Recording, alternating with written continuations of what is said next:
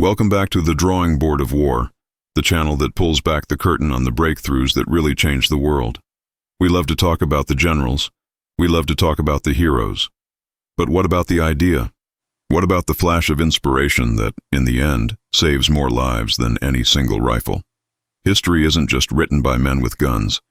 It's written by men with slide rules, with grease on their hands, and with ideas so radical the experts laugh them out of the room.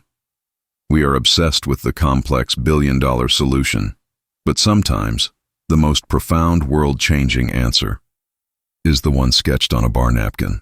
Tonight's story is one of those. It's my story. It's the story of a problem that was getting our best pilots killed in droves. They were hitting an invisible wall in the sky, a wall their commanders and their engineers told them was unbreakable. The experts said the problem was the wing, or the engine, or the air itself. They were all wrong. The problem was the propeller, and the solution was a shape, a simple, elegant, impossible curve that I doodled on a napkin while drinking cold coffee. They told me my idea was a structural absurdity. They said it would tear a plane to pieces. They told me to get back in my box. But I couldn't, because I knew that curve. That single laughed-at idea was the key to American air power. Before we fire up the engines, if you believe in the power of the underdog, the maverick, the lone inventor who refuses to quit, then I need you to join this squadron. First, hit that subscribe button and ring the notification bell. It's the only way to ensure you never miss the real stories behind the hardware. Second, hit that like button. It tells the algorithms that this history matters. And finally, drop a comment down below. Let us know what country and city you're watching from. It's a hell of a thing to see how far these stories travel. Now let's go back to 1943, and let's go back to that napkin. My name is Arthur Art Jenkins, and in 1943, I was a nobody. I wasn't a doctor of aerodynamics. I wasn't a chief engineer at North American or Republic. I was a junior analyst at Wright Field, a 28-year-old with a decent, but not brilliant engineering degree from Purdue. My official job title was Propulsion Efficiency Analyst, which was a very fancy way of saying I was a glorified data clerk. I didn't design anything, I just tested. I ran engines and test cells until they blew up. I analyzed the fuel mixture ratios. I looked at spark plug fouling. And most importantly, I was the one who had to read, catalog, and file the after-action and accident reports that came in from the European theater. And in 1943, those reports were a goddamn nightmare. They were a torrent of death. Our pilots were brave. Our planes, the P-47 Thunderbolt and the new P-51 Mustang, were, on paper, the best in the world. But we were being bled white by the Luftwaffe, and not just in dogfights. We were being bled by gravity. The German pilots, especially the aces in their Focke-Wulf 190s, had a nasty, unbeatable trick. When a Mustang got on their tail, they wouldn't try to outturn it. They'd just jam the stick forward, pointing that radial engine fighter straight at the ground, and dive. They'd vanish. Our boys, brave as they were, would follow, and that's when the reports would all start to sound the same. I was on his six. A report from a captain in the 4th Fighter Group would read, he dove, I followed. Airspeed hit 450, 470. Then the shaking started. A vibration so bad I thought the engine would rip off the mounts. My controls. They just froze. They turned to concrete.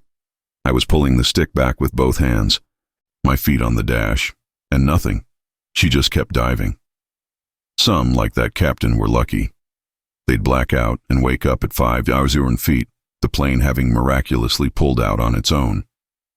Most were not. Most just became a smoking 7-ton hole in a French field. They called it compressibility. It was the boogeyman.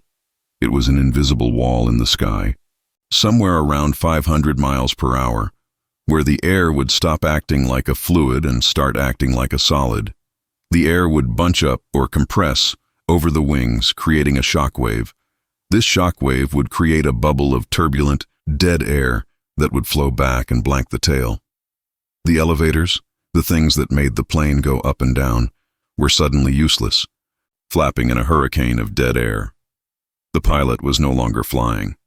He was a passenger in a multi-thousand horsepower brick. and every single high-level mind at Wright Field was obsessed with fixing it. Their solution: the airframe. It had to be the airframe. Dr. Evelyn Harrington, the chief of aerodynamics, a man who wore a bow tie and smoked a pipe and believed that anything that couldn't be proven on his blackboard was heresy, was convinced of it.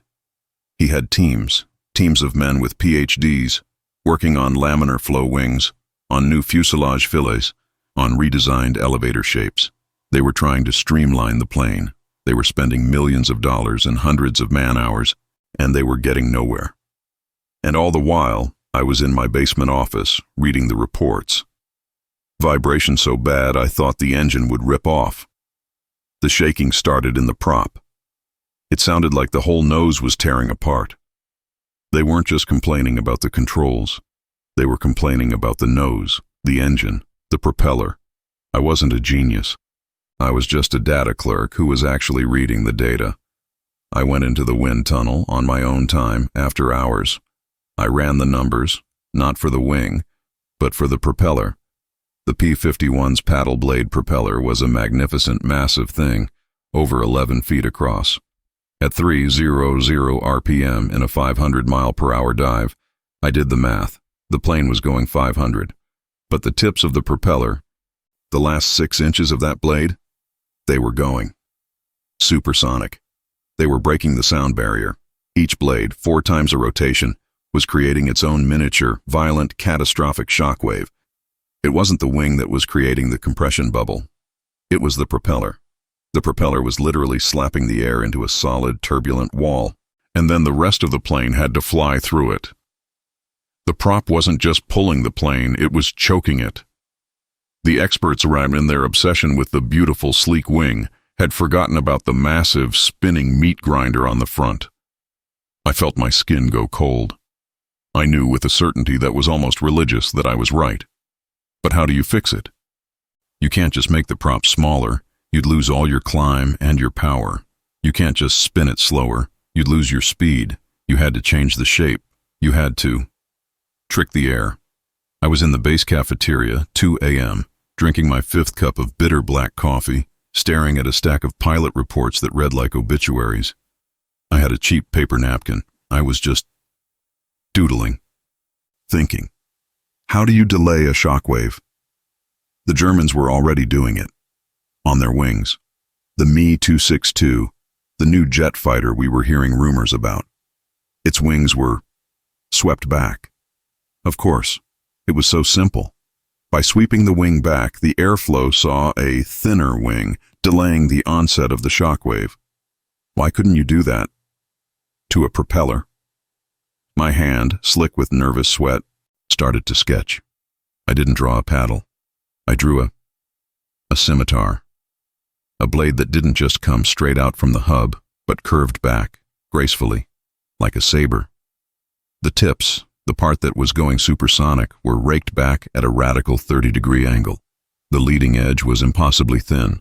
In theory, this scimitar blade would slice the air.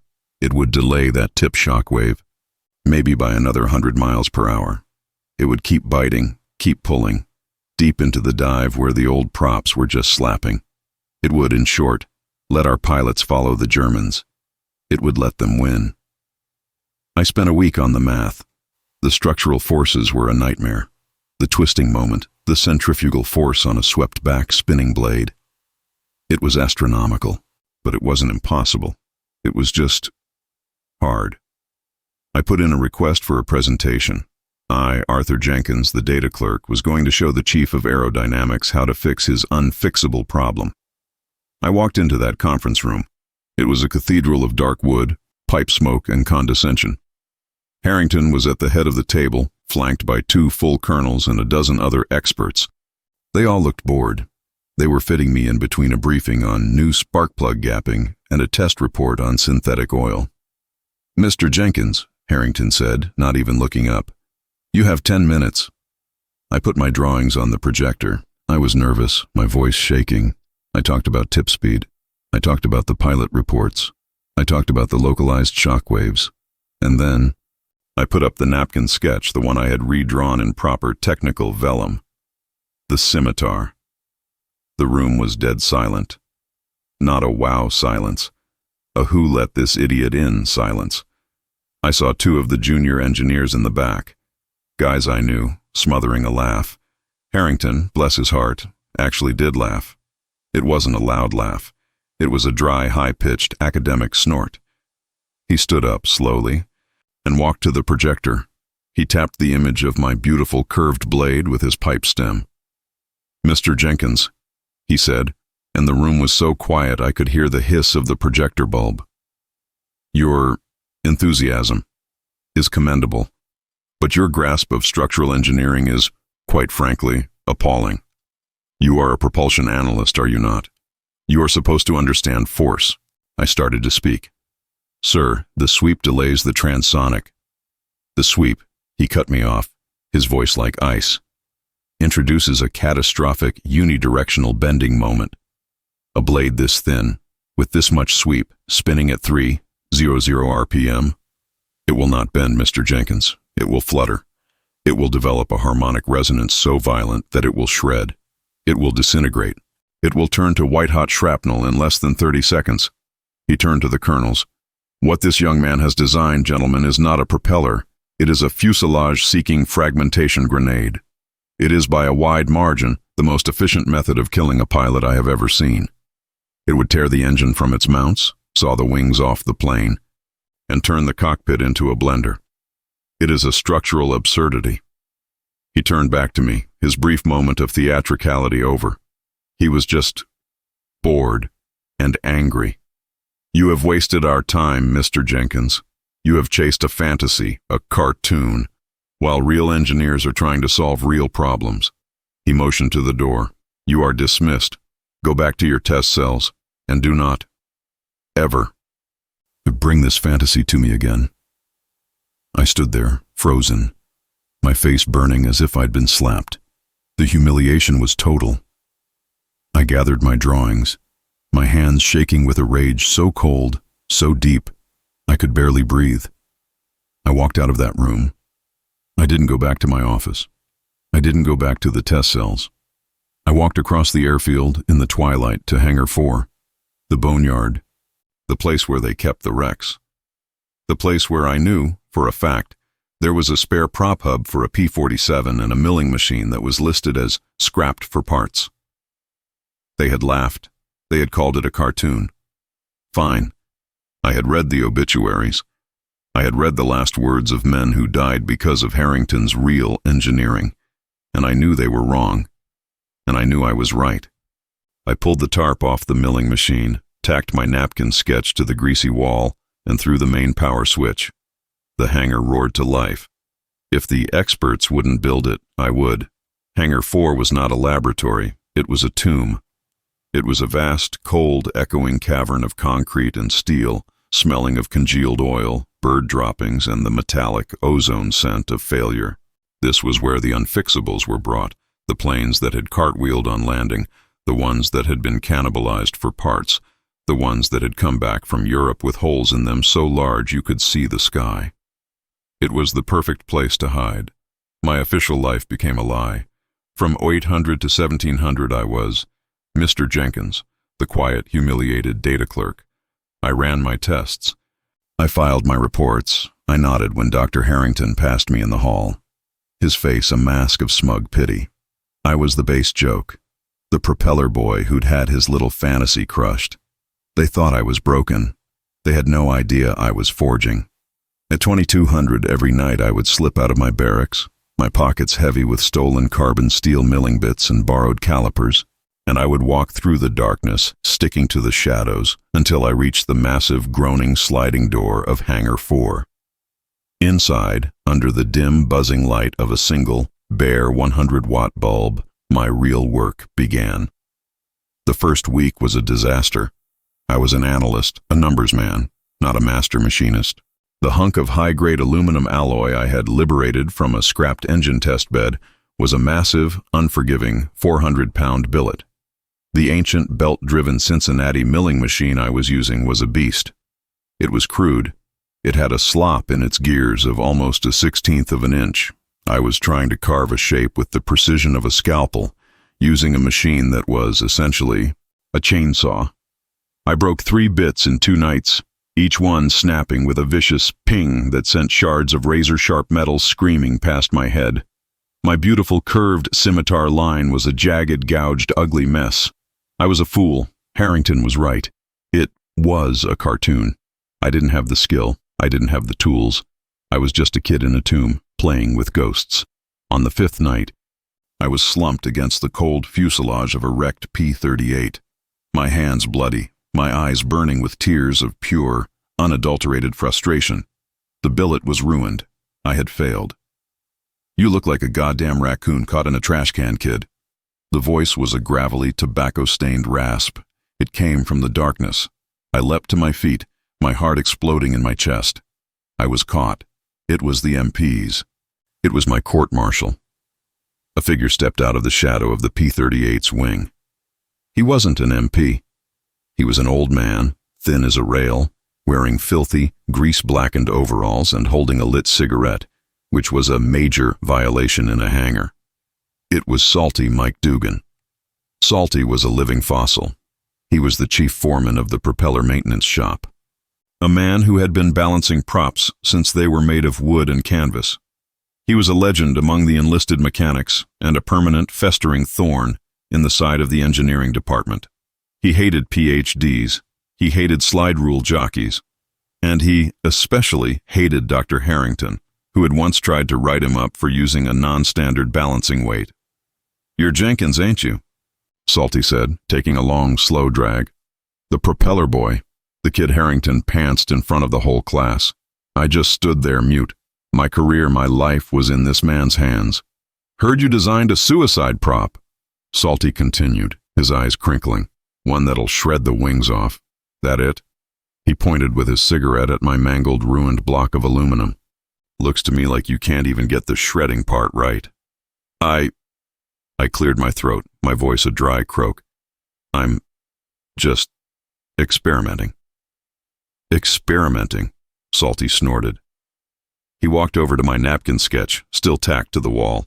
He stared at it, the red glow of his cigarette illuminating the curve. "A scimitar," he grunted.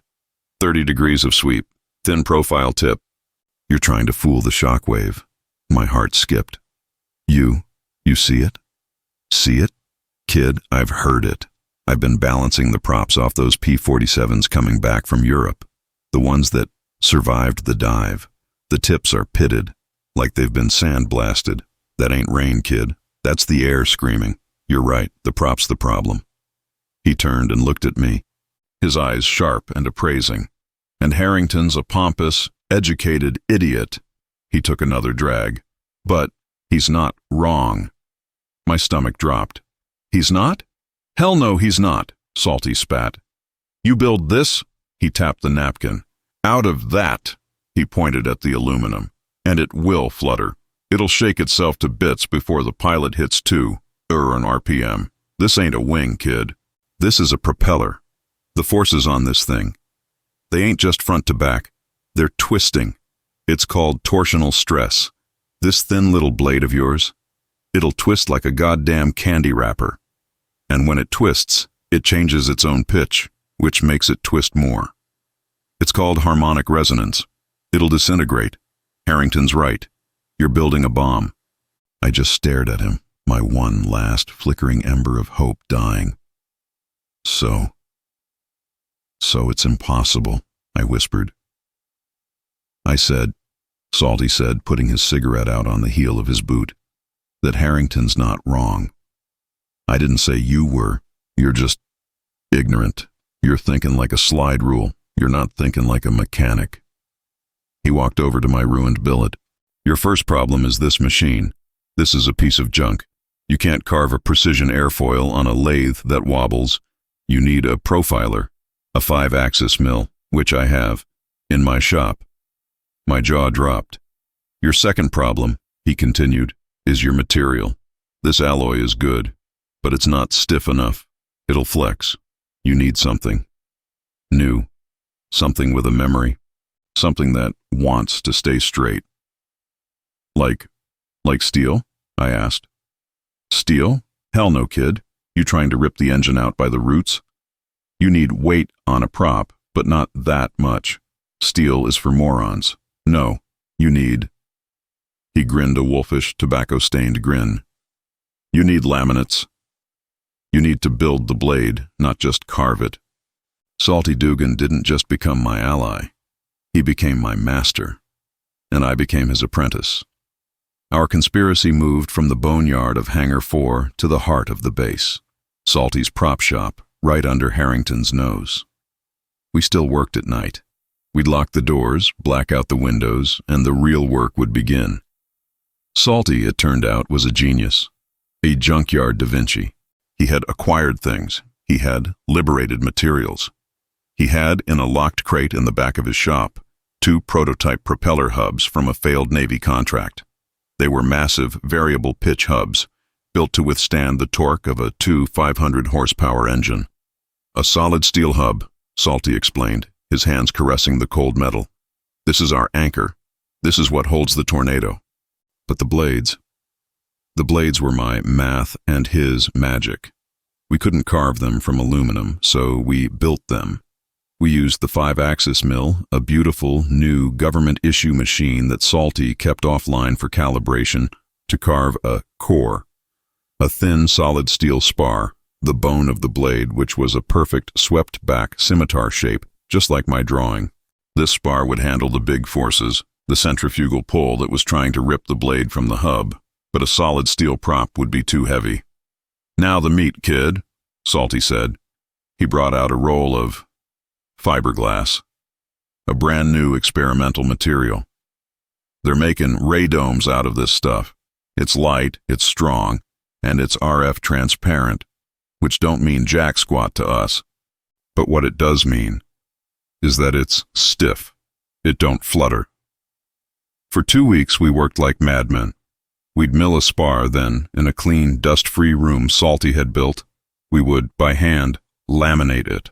We'd lay sheets of fiberglass, impregnated with a foul-smelling epoxy resin, over the spar, 1 layer at a time. We'd build up the airfoil shape, layer by layer, then wrap the whole thing in shrink tape and bake it under high-pressure heat lamps. It was a process of agonizing, toxic, delicate sculpture. Each blade took 72 hours to cure, and each blade was a revolution. But Harrington's other ghost remained: resonance. The flutter, the twisting. The steel spar solved the big bending problem, but Salty was still worried about the twist. "She's gonna get to 2,500 RPM, he'd mutter, sipping his coffee, "and she's gonna start to sing. And when she sings, she's gonna shatter." We needed a damper. We needed something to kill the vibration before it could build. My first thought was a rubber insert, but Salty shot it down. "Too weak. It'll heat up and liquefy." Then I found it, not in an engineering manual, but in a crash report, a P-38 that had belly landed. The landing gear had failed to deploy, but the pilot had survived because the engine mounts had partially collapsed, absorbing the impact. The mounts, they were new. They weren't solid steel. They were a bonded rubber and steel mesh laminate. They were designed to damp vibration. I requisitioned a set of the damaged mounts from the boneyard. Under Salty's direction, we sliced the bonded rubber mesh into thin, precise strips, and we laminated those into the prop blade itself, right near the root, the place where the blade met the hub. It was an internal, silent shock absorber. It was a vibration damper, built right into the heart of the blade. It was a total, complete, utter violation of every engineering principle known to man. It was a composite blade, a steel spar, a fiberglass and epoxy skin, and a rubber mesh-damped root. It was a Frankenstein. After 6 weeks of 18-hour days, 6 weeks of near misses with night watch MPs, 6 weeks of living on coffee and adrenaline, we had one. We had a single, finished prototype propeller. We mounted it on the balancing stand. It was beautiful. It was 11 feet of curving, deadly purpose. The blades were a dull, resin gray, the leading edges polished to a mirror shine of bare steel. The scimitar sweep was so aggressive, so fast, it looked like it was moving even when it was standing still. It was a piece of art. It was a weapon from the future. and it was the most illegal object in the entire United States Army Air Forces. Salty wiped his hands on a rag, a fresh cigarette in his mouth. He walked around it, his eyes critical, taking in every curve. "Well, kid," he finally grunted, "you did it. You built your cartoon." He took a long drag, his eyes never leaving the blade. "It's a goddamn monster." He looked at me, and his face was grim. "Now, we got a new problem. Who in their right f***ing mind is going to be crazy enough to fly it?" We were mechanics, not spies. We were engineers, not con men. Salty and I stood in the harsh, fluorescent glare of the prop shop, staring at the most beautiful, most dangerous, and most useless object on Earth. We had created a key, but we didn't have a lock. We had a propeller, but we had no engine, no plane, and no pilot. Salty's question hung in the air, thick and heavy as the smell of resin. Who would fly it? It was an impossible, insurmountable problem. We couldn't just ask for a P-51 Mustang. That was like a private asking to borrow a general's Jeep. The test pilots, the only ones authorized to fly experimental hardware, all reported to a single man, Dr. Evelyn Harrington. We were checkmated. My cartoon, my suicide prop, was destined to be nothing more than a 400-pound, composite laminate, illegal sculpture. It would be the monument to my own hubris, a secret that Salty and I would have to bury, literally, before we were discovered and thrown in Leavenworth. For a week we were stuck. We did our jobs.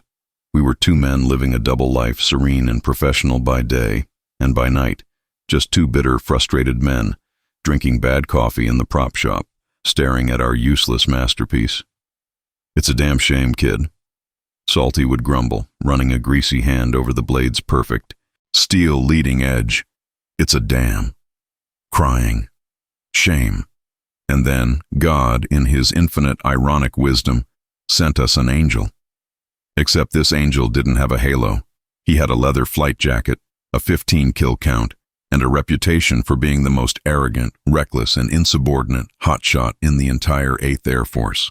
His name was Captain Jack Ripper Riley. Ripper was a legend, and not just for his kill count.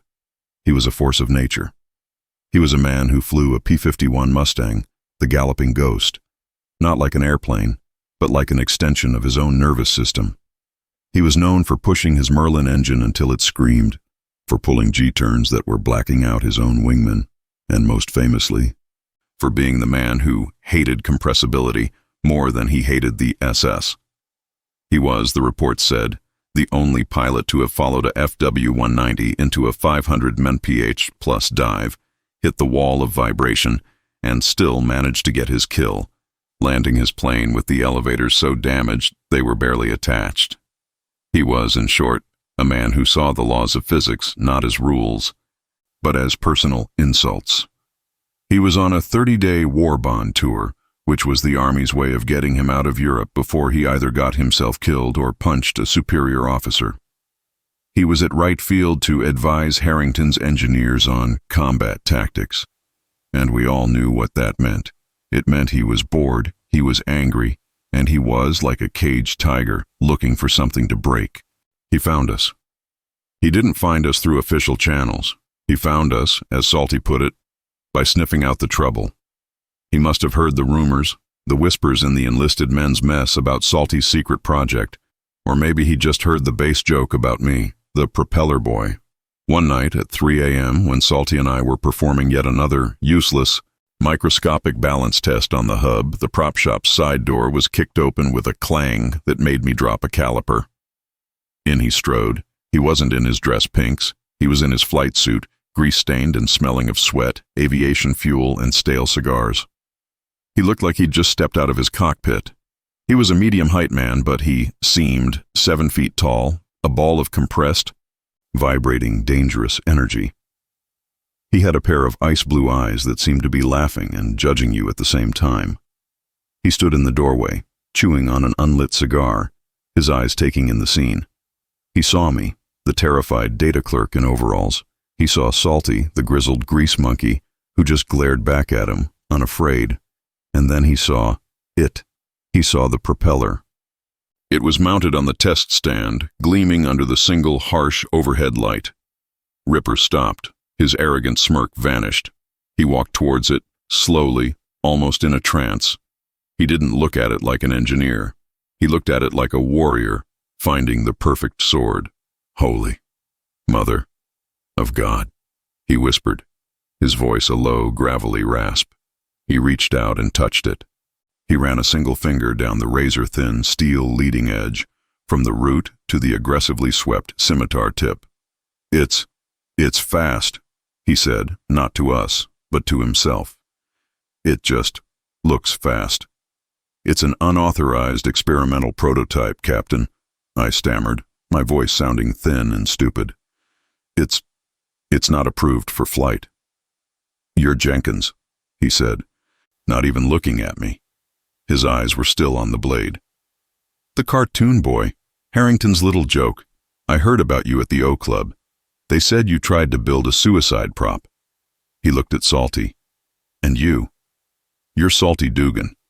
You're the only man on this base who knows how to balance a goddamn thing.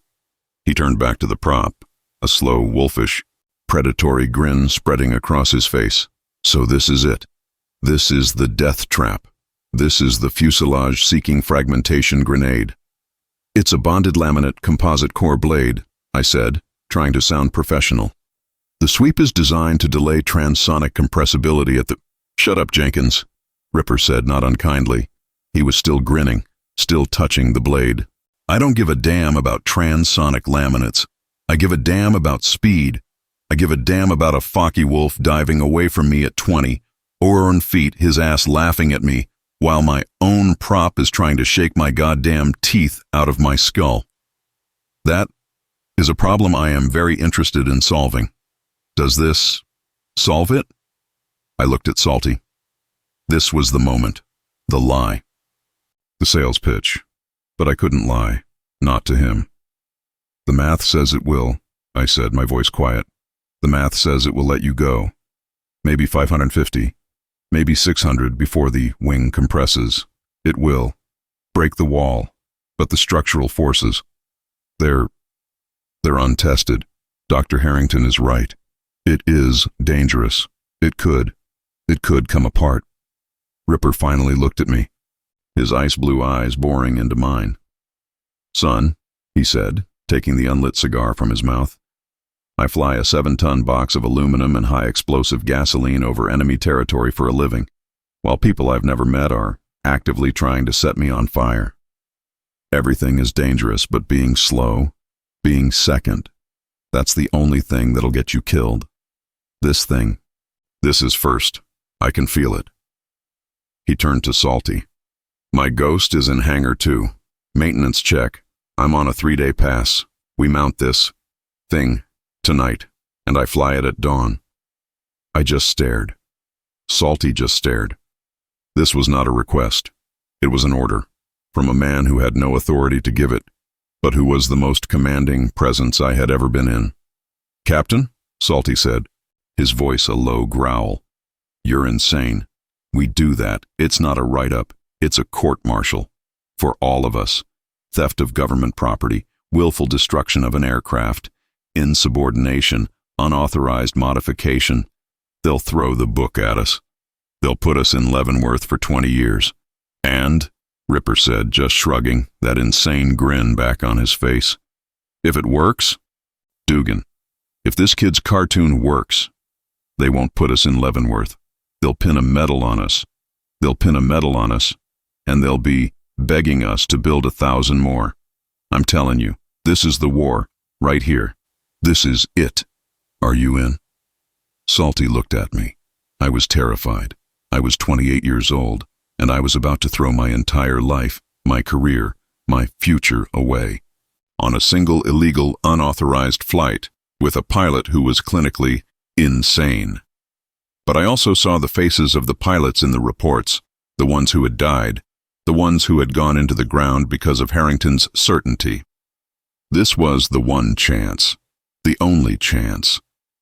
I looked at Salty, and I nodded, just once. Salty held my gaze for a long, hard second. He sighed, a long, rattling, defeated sound. He pulled his cap off, ran his greasy hand through his thin gray hair, and put it back on. "God help us," he muttered. "Okay, Captain, we're in. But you so much as ding this prop on a hard landing and I'll kill you myself." The next 3 hours were the most intense, most terrifying, and most alive I have ever been. We were a conspiracy. We were a criminal gang. We were traitors, by the letter of the law. We were rolling the 400-pound propeller on a gurney, hidden under a greasy, oil-soaked tarp, across a dark, windswept airfield at 4 a.m. Every shadow was an MP. Every distant truck engine was the base commander. We got to Hangar 2. The galloping ghost was there, her nose bare, her original propeller sitting on a rack. She was a beautiful, lethal, silver shark of a plane, and we were about to bolt a piece of heresy to her face. Salty and I worked with a speed and a silent precision that was almost telepathic. He was the surgeon, I was his nurse. We uncrated the new prop. We hoisted it. We mated the heavy steel hub to the Merlin engine's prop shaft. I had my torquey wrench, my hands shaking so badly I could barely read the dial, tightening the bolts in their star pattern, just like the manual said, while Salty was checking my work. Ripper just stood there. He didn't help. He just watched. Chewing his cigar, his arms crossed, a look of profound, almost religious satisfaction on his face. He was watching his new claws being attached. At 05:30, as the first, sick, gray light of dawn began to creep into the hangar, we were done. We lowered the plane off the jacks. She sat there on her gear, and she looked. Wrong. She looked monstrous. The long, graceful, thoroughbred lines of the Mustang were gone, replaced by this brutal, aggressive alien shape on her nose. The scimitar blades were so swept back they almost looked broken. She's beautiful," Ripper whispered. "She's a goddamn killer. Okay, let's roll her out. Time to go hunting." Salty hit the button for the main hangar door. The massive corrugated steel curtain began to groan, to screech, as it rolled upwards, opening onto the dark, misty airfield. This was it, the moment of truth. We were going to fly. And then, just as the door was high enough for us to see the cold, gray concrete of the ramp outside, the light didn't come from the sun, it came from headlights. A set of headlights from a command jeep that had been sitting there, in the dark, waiting for us. The jeep's doors slammed. 2 figures in long, dark officers' coats stepped into the light of the hangar. Their faces were in shadow, but I knew. I knew exactly who it was. The blood drained from my face. "Well, well, well," a voice, as cold and dry as old paper, echoed into the hangar. "Captain Riley, Mr. Dugan, and Mr. Jenkins, our propeller boy." Dr. Evelyn Harrington stepped into the light, and his face was not angry. It was triumphant. He looked like a man who had just proven, beyond all doubt, his life's greatest equation. "And what," he said, his voice dripping with satisfied venom, "do we have here?" And standing right next to him, his face a mask of stone-cold, murderous fury, was the base commander, Colonel Davis. We were, in every sense of the word, busted. The tower was a glass box of freezing, unbearable tension. The sun was just a bloody smear on the horizon, casting the world in a cold, gray light. We stood there, the 4 of us, a bizarre, silent tableau. Colonel Davis, rigid as steel, his binoculars pressed so hard against his eyes I was sure they'd leave a mark. Dr. Harrington, standing in the corner, arms crossed, his face a mask of smug, funereal certainty. He was a man waiting patiently for the universe to prove him right, for the inevitable, catastrophic bang that would vindicate his equations. Salty was next to me, his hands jammed in his overalls, his face a neutral, unreadable, greasy mask, but I could see a single muscle in his jaw twitching over and over. And then there was me. I felt like I was going to be sick. My heart was a frantic bird, trapped in my ribs, beating itself to death. Every second of silence, every drip of coffee from a pot in the corner was an accusation. We were murderers, just waiting for our crime to be committed. Then the radio crackled to life, a sharp burst of static that made me jump out of my skin. "Tower, this is Ghost!" Ripper's voice, calm, breezy, almost playful. "Requesting clearance for, spirited test flight." Colonel Davis's hand was shaking, just slightly as he grabbed the microphone. "Ghost, this is Tower. You are. Clear for takeoff. 04. Right. God. Godspeed, Captain." "Roger, Tower," Ripper replied. "Time to see what this cartoon can draw." Below us, the galloping Ghost was a silver shark in the dawn light, her new monstrous scimitar blades giving her a terrifying alien silhouette. We heard the engine starter whine, then the Merlin V-12 bark to life. But the sound was wrong. It wasn't the familiar, deep-chested, liquid-smooth thrum-thrum-thrum of a Mustang. It was a scream. A high-pitched, vicious, angry hiss, a sound like a giant tearing a sheet of silk, a shriek that cut right through the glass of the tower and vibrated in my teeth. It sounded hungry. "My God," Harrington whispered, a small, tight, satisfied smile on his face. "The harmonic resonance. It's already audible, even at idle. He won't even make it off the runway." But Ripper wasn't idling. He didn't do a gentle pre-flight check. He firewalled the throttle. The sound was an apocalypse. The high-pitched shriek became a ground-shaking, banshee wail that shattered the morning silence. The plane didn't just accelerate, it leapt. It was a silver bullet fired from a gun. It rocketed down the runway, its tail off the ground in 2 seconds.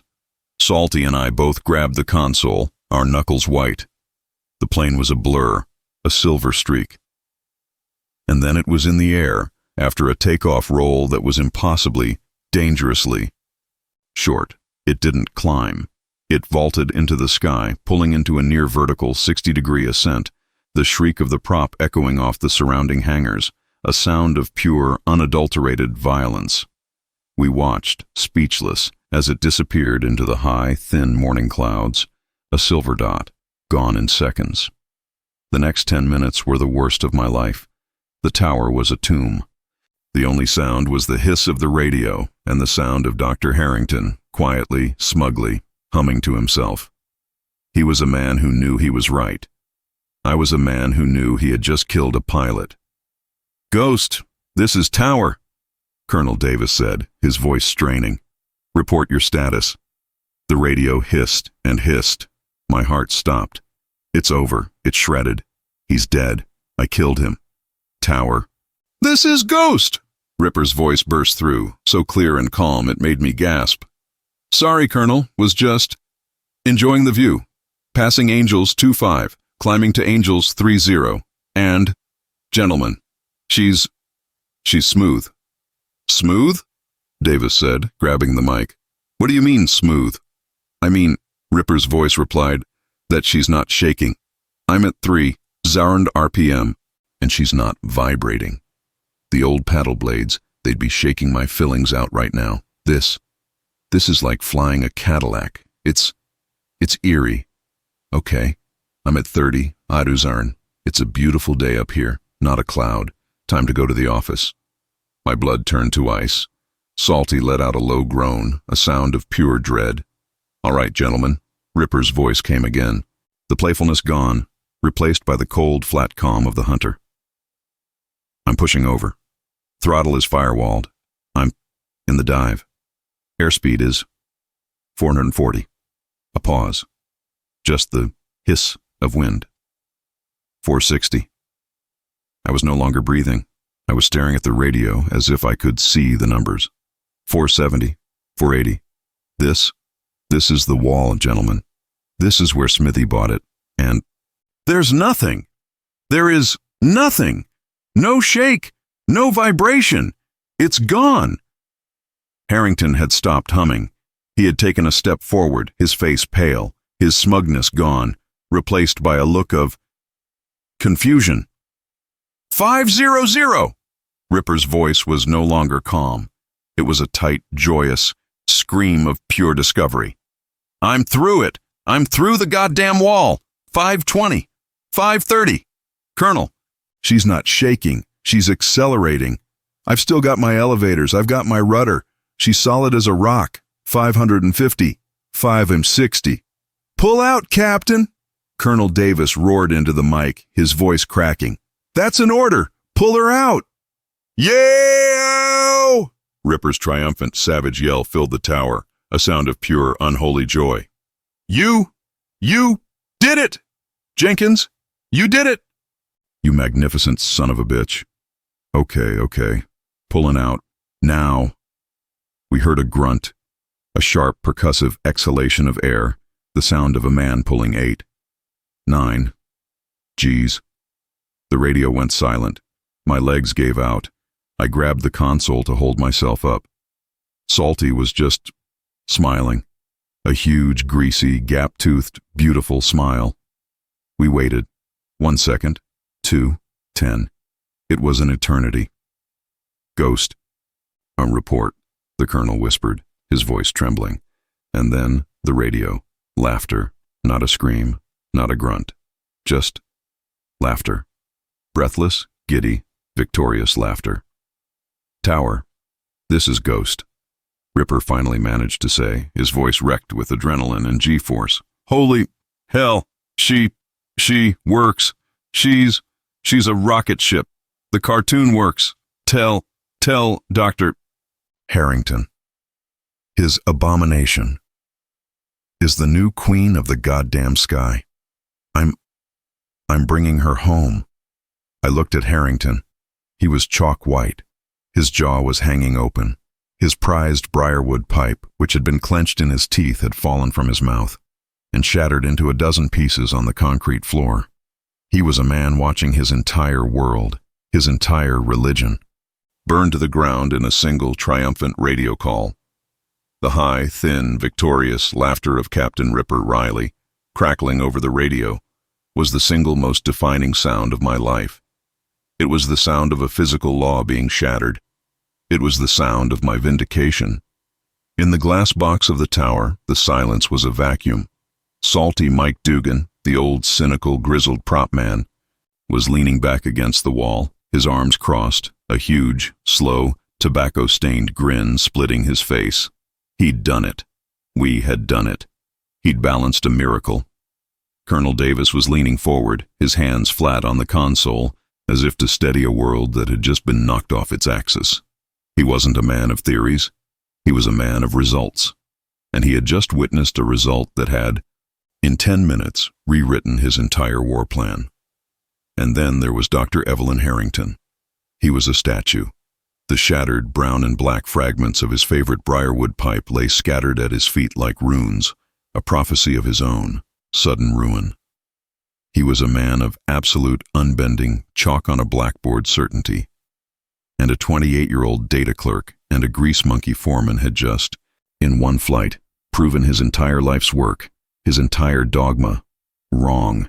He didn't speak. He didn't rage. He didn't curse. He just, visibly, deflated.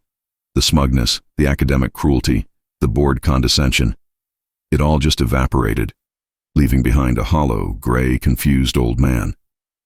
He quietly, mechanically, bent down, not to pick up the pieces of his pipe, but to retrieve his briefcase. He clicked it shut. He adjusted his bow tie, which now looked like a costume, and without a single word to the colonel, without a single glance at me, he turned, opened the door to the stairwell, and walked out. He was irrelevant. The experts were done. The Mavericks were in. We watched the galloping ghost descend. The sound of her approach, the new anthem of American air power. That shriek, which had been so terrifying, was now a song of victory. Ripper didn't just land the plane, he performed. He brought her in low and fast over the runway, pulled her into a 4G victory roll that made the colonel curse, and then, as if to mock the air itself, he dropped his gear and set her down in a perfect, whisper-smooth, 3-point landing. He taxied her up, not to hang her to, but right to the base of the tower, a massive, gleaming silver trophy. He cut the engine, and the sudden ringing silence was more profound than the noise had been. By the time Salty and I got down to the tarmac, the colonel was already there, standing in front of the Mustang, just staring at the scimitar prop. The blades were still, but they looked alive, their composite gray skin glistening with a light film of oil from the engine. Ripper vaulted out of the cockpit, his face a mask of pure, sweat-soaked, adrenaline-fueled joy.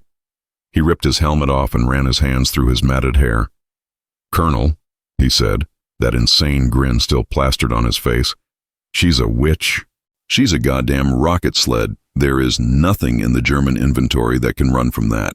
Not a 190, not a 262, nothing. I was at 560 and she had more. The airframe was screaming, but the prop was just eating. It's the bullet, sir. It's the silver bullet." The colonel, a practical man, a man who had to manage a war, not just a base, just nodded slowly. He was calculating. His eyes moved from Ripper's electric blue gaze to Salty's proud Teflon smirk, and then to me, the terrified propeller boy who was still shaking, my knuckles white. "Mr. Jenkins," the colonel said, his voice flat, all business. The anger was gone. The fury was gone. He was a man with a problem, who had just found a solution. "Mr. Jenkins, Doctor, Harrington has suddenly resigned from the compressibility project, citing health reasons, which means, as of this moment, you are in charge of it, you and Mr. Dugan." I just stared. My mouth opened, but nothing came out. "Sir," Salty said, stepping forward, his voice like gravel, "me and the kid here, we're criminals, remember? We're saboteurs. And we're stealing parts. Kinda hard to run a project from Leavenworth." The colonel, for the first time that day, almost smiled. It was a thin, tight, dangerous-looking thing. "Your entire criminal record has been lost, Mr. Dugan. It seems the paperwork was misfiled." He turned to me. "Mr. Jenkins, I am giving you Hangar 3. I am giving you every machinist, every lathe and every block of alloy on this base. Your scrapped milling machine," he said with a pointed look at Salty, "is now the most valuable piece of equipment in the United States Army Air Forces. I am not asking you. I am ordering you. I want a set of production-ready blueprints on my desk by Aero 800 tomorrow, and I want to know how many of these scimitars you can build me in 1 month. The 8th Air Force needs all of them. Yesterday." My life, which had been a quiet, gray basement existence of data sheets and humiliation, was suddenly over. It was replaced by a new life, a 24-hour, 7-day-a-week blur of high-priority, high-pressure, manic creation. I wasn't an analyst, I was a chief. Salty wasn't a foreman, he was a god. Hangar 3 became a fortress, armed guards at the doors, the lights never ever turning off. We weren't just building propellers, we were forging them.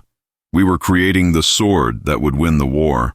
We refined the design, made the steel spar lighter, perfected the fiberglass laminate, streamlined the rubber damping, and in 6 weeks, the first 50, hand-built, perfectly balanced, scimitar props were loaded onto a C-54 Skymaster and flown, under armed guard, straight to England, to the 4th and 56th Fighter Groups. The experts in the other departments were now in a frantic, desperate panic, reverse engineering my napkin sketch, trying to catch up. But it was too late. The cartoon was already in the war, and the reports. My God, the reports. They started as a trickle, then a flood. They were the opposite of the ones I used to read. They weren't obituaries. They were hunting stories. They were letters filled with a kind of savage, disbelieving joy. I kept one from a major in the 4th, tacked to my new office wall, right where the napkin sketch used to be. To the wizards at Wright. It read, "I don't know what you did to this propeller, but I want to kiss you." I was escorting bombers over Schweinfurt, and 2 190s jumped my wingman. The usual. They bounced and dove, thinking they could just walk away. My wingman, in a standard D model, had to pull off, his plane shaking to bits. I did not. I pushed my nose over, and I just followed. I was at 550. And she was solid as a rock, screaming like a banshee. The German ace, I saw him. He looked back. And the look on his face. It wasn't fear. It was confusion. It was impossibility. He didn't know how I was there. He was in a rattle trap, shaking apart, and I was a steady, rock-solid gun sight. I didn't just shoot him, I disintegrated him, his unbeatable dive. It was a trap, and he was in it. Send more props. We did. We sent hundreds, then thousands. The scimitar, as the pilots called it, didn't just change the game, it broke it. The Focke-Wulf's greatest advantage was gone, turned into a one-way ticket to the ground. Our kill ratios, they didn't just climb, they exploded, 8-1, 10-1. The sky over Germany, over France, over the Reich itself, was ours. The American Air Force had its power, and it was all because of a shape. A simple, elegant, impossible curve. They laughed at me. They called me a cartoonist, a fool, a liability. They said my idea would shred the plane. And in a way, they were right. It shredded the old rules. It shredded the experts' textbooks. It shredded the entire Luftwaffe, and it all started right here on this little coffee-stained paper napkin.